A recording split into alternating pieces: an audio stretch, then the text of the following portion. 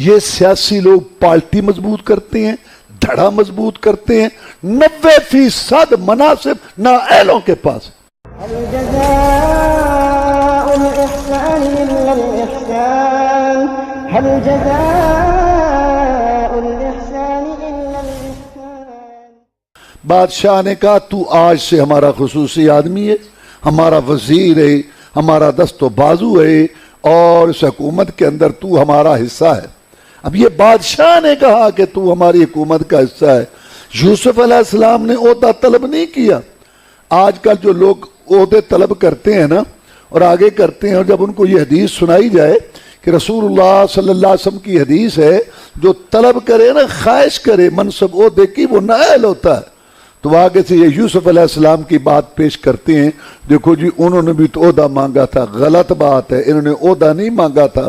بادشاہ نے اپنا وزیر بنایا، حکومت کا حصہ بنایا، جب حصہ بنا لیا تو پھر اس نے کہا یوسف علیہ السلام نے کہ اگر تو نے مجھے حصہ بنانا ہی ہے، اگر میں نے حکومت کا حصہ بننا ہی ہے تو مجھے وزیر خزانہ بنا دو، کیونکہ اس چیز کا مجھے علم ہے اور اس کو میں سمجھتا ہوں کہ یہ کہاں کے سال کیسے کنٹرول کرنے ہیں، لہذا تو مجھے یہ وزارت دے دے۔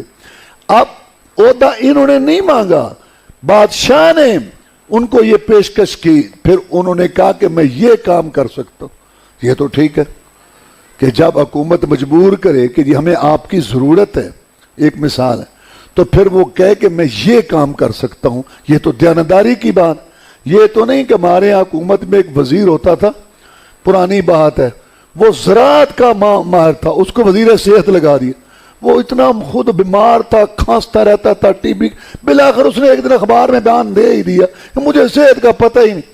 یہ سیاسی لوگ پارٹی مضبوط کرتے ہیں، دھڑا مضبوط کرتے ہیں، 90% مناصب نااہلوں کے پاس، پتہ ہی کوئی نہیں ہے ان کو کہ کیا کرنا ہے اور کیا کرنا ہے، صرف اپنی پارٹی مضبوط ہو۔ اور اسی لیے 70 سال ہو گئے، ملک کا اللہ معاف فرمائے، یہ بالکل معاشی، تعلیمی، ہر لحاظ سے جو ہے ملک کو بہت جو ہے نقصان پہنچا ہے، صرف اس لیے کہ نااہل اپنی پارٹی جو ہے وہ اس کو کسی پر کوئی اعتماد ہی نہیں ہے، سارے لوٹ کھسوٹ ہے۔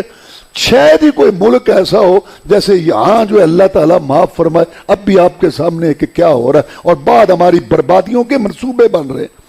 وہ یہ سوچ رہے ہیں کہ اگلے سال پاکستان کے اوپر پابندیاں لگائیں، اس کو تنہا، یہ وہ پتہ نہیں کیا کیا منصوبے بنا رہے ہیں۔ اللہ مدد کرے گا انشاءاللہ اس ملک کی، لیکن ان پہ افسوس ہوتا ہے، ان نااہلوں پہ جو کہ وہ لپ ہوئی ہیں، پورے ملک کو چمٹی ہوئی ہیں، اور جانے کا کوئی آنے کا ان کو کوئی پتہ ہی نہیں ہے، نااہل لوگ۔ تو یہ عہدے کی طلب نہیں تھی، یہ انہوں نے کہا کہ میں یہ کام جو ہے وہ جانتا ہوں۔